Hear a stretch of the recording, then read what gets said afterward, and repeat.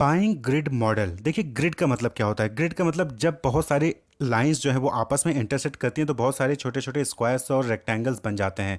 तो उसी को हम क्या कहते हैं, ग्रिड कहते हैं। जैसा कि आप फिगर में देख रहे होंगे तो यहाँ पे क्या है, बहुत सारे वर्टिकल लाइन है और हॉरिजॉन्टल लाइंस, और ये आपस में इंटरसेक्ट करके डिफरेंट डिफरेंट स्क्वायर्स और रेक्टेंगल बना रही हैं, तो इन्हीं को ग्रिड कहा जाता है। तो इसी तरीके से जब ऑर्गेनाइजेशनल बाइंग होता है तो वहाँ पे डिफरेंट 3 टाइप के सिचुएशंस होते हैं। कौन कौन से? न्यू टास्क, स्ट्रेट रिबाई और मॉडिफाइड रिबाई। और वहीं पे 8 फेजेस होते हैं। जो बिजनेस बाइंग प्रोसेस आपने पढ़ा 8 फेजेस, वो फेजेस होते हैं। तो जब आप इनको कंबाइन करते हैं ना तो एक ग्रिड बन जाता है। तो उसी को क्या कहा गया, बाइंग ग्रिड मॉडल। तो ये मॉडल क्या है? Model develop to understand business buying process in different situation, यानी कि डिफरेंट सिचुएशंस में जो बाइंग सिचुएशंस होती है, न्यू टास्क, मॉडिफाइड रिवाई और स्ट्रेट रिवाई, इन तीनों सिचुएशन में कैसे जो है बाइंग प्रोसेस जो है परफॉर्म किया जाता है, उससे रिलेटेड कैसे डिसीजंस लिए जाते हैं, वही चीज़ ये बाइंग ग्रिड मॉडल शो करता है। तो ये क्या है? एक जनरल मॉडल है जो कि एक्सप्लेन करता है हाउ कंपनीज मेक डिसीजंस, यानी कि डिफरेंट डिफरेंट सिचुएशंस में 8 फेजेस में कैसे डिसीजंस जो है कंपनीज लेती हैं,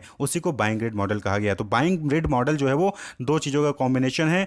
8 बाई फेजेस का जो कि प्रोसेस है, 8 फेजेस होते हैं ना प्रोसेस में, बाइंग प्रोसेस में, वो और 3 बाइंग सिचुएशंस होती हैं, उन दोनों का कॉम्बिनेशन क्या है? बाइंग ग्रिड मॉडल है। तो ये जो मॉडल है, Robinson, Patrick J, Charles W Faris and Yoram Wind, इन्होंने जो है इसको डेवलप किया 1967 में। तो अब इस मॉडल को देखते हैं। तो देखिए एक साइड पे आपको देखिएगा बाइंग सिचुएशन, जिसको हम बाइंग क्लास भी कहते हैं, वहाँ पे न्यू टास्क है, मॉडिफाइड रिवाई है और स्ट्रेट रिवाई है। इन दोनों को हमने डिस्कस कर लिया है। और वहीं पे दूसरे साइड आपको देखेंगे बाइंग फेजेस है। तो यहाँ पे क्या है, वो 8 फेजेस हैं कि प्रॉब्लम पहले आइडेंटिफाई किया जाता है, फिर जनरल नीड को डिस्क्राइब किया जाता है, देन प्रोडक्ट के स्पेसिफिकेशन के बारे में बताता है, सप्लायर को सर्च किया जाता है, उनसे प्रपोजल लिया जाता है, देन सप्लायर को सिलेक्ट कर लेते हैं, उसके बाद ऑर्डर रूटीन स्पेसिफिकेशन दिया जाता है कि कब कहाँ कैसे कितनी क्वांटिटी में चाहिए, और परफॉर्मेंस रिव्यू किया जाता है। तो ये 8 फेजेज होते हैं जो बाइंग प्रोसेस के होते हैं। और 3 सिचुएशन कौन से हैं? न्यू टास्क, मॉडिफाइड रिबाई और स्ट्रेट रिबाई। तो इन दोनों को कंबाइन करके पूरा आप देख रहे हैं कि अलग अलग स्क्वायर्स और जो है रेक्टेंगल बन गए हैं। तो इसी को क्या कहा गया? बाइंग ग्रिड कहा गया। तो अलग अलग सिचुएशंस में ऑर्गेनाइजेशन कैसे डिसीजन मेकिंग करती है, उसी से रिलेटेड ये मॉडल डेवलप किया गया है। तो देखिए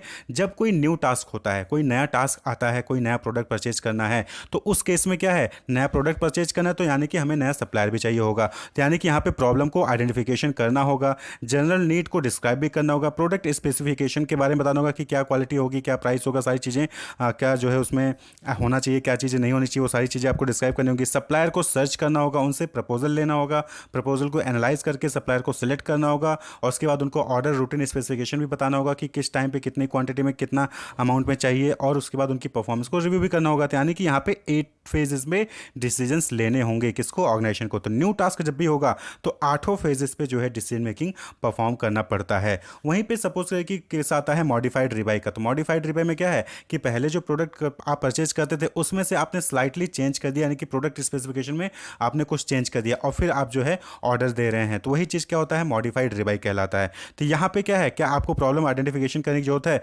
नहीं। यहाँ पे कर भी सकते हो, नहीं भी, यानी कि मैंडेटरी नहीं है। जनरल नीड डिस्क्रिप्शन को भी आपकी जरूरत नहीं है, लेकिन प्रोडक्ट स्पेसिफिकेशन ये जरूरी है, क्योंकि आप मॉडिफाई कर रहे हो। तो मॉडिफाई किस में कर रहे हो? प्रोडक्ट में। या हो सकता है कि क्वांटिटी में आप कम कर दे रहे हो, पहले 50 यूनिट मंगाते थे, अब जो है आपको खाली 10 यूनिट चाहिए। तो आपको प्रोडक्ट स्पेसिफिकेशन में डिसीजन मेकिंग करना होगा। और उसके बाद जो है सप्लायर आपके पास ऑलरेडी अवेलेबल है, ऑर्डर रूटीन स्पेसिफिकेशन भी आपको पता है कि कितने बजे कब जो है आपको ऑर्डर डिलीवर करना होता है। लास्ट आता है परफॉर्मेंस रिव्यू, वो करना जरूरी है, क्योंकि आपने प्रोडक्ट के स्पेसिफिकेशन में भले चेंज किया हो, लेकिन परफॉर्मेंस को आप हमेशा करेंगे। मॉडिफाइड रिवाई में आपको क्या करना है? प्रोडक्ट स्पेसिफिकेशन और परफॉर्मेंस रिव्यू पे डिसीजंस लेने होते हैं। बाकी सभी पे आप चाहें तो या ना चाहें डिसीजंस ले सकते हैं। वहीं पे स्ट्रेट रिवाई आता है। देन आता है क्या है? स्ट्रेट रिवाई, जहाँ पे जो पहले प्रोडक्ट परचेज करते थे, जिस क्वालिटी का जिस क्वांटिटी में परचेज करते थे, वही चीज़ आपको फिर से ऑर्डर को रिपीट कर देना है। तो यहाँ पे किस पे फोकस करना है? आपको सिर्फ प्रोडक्ट के स्पेसिफिकेशन और परफॉर्मेंस रिव्यू, इन्हीं दोनों पे फोकस करना है। बाकी आपको किसी भी चीज़ पे डिसीजन मेकिंग करने की जरूरत नहीं पड़ती है ऑर्गेनाइजेशन को। तो यही चीज़ बाइंग ग्रिड मॉडल कहलाता है, यानी कि डिफरेंट सिचुएशंस में कैसे जो है ऑर्गेनाइजेशन डिसीजन मेकिंग करती है रिगार्डिंग बाइंग। तो उसी को क्या कहते हैं? बाइंग ग्रिड मॉडल कहते हैं। Wish you all the best, keep watching.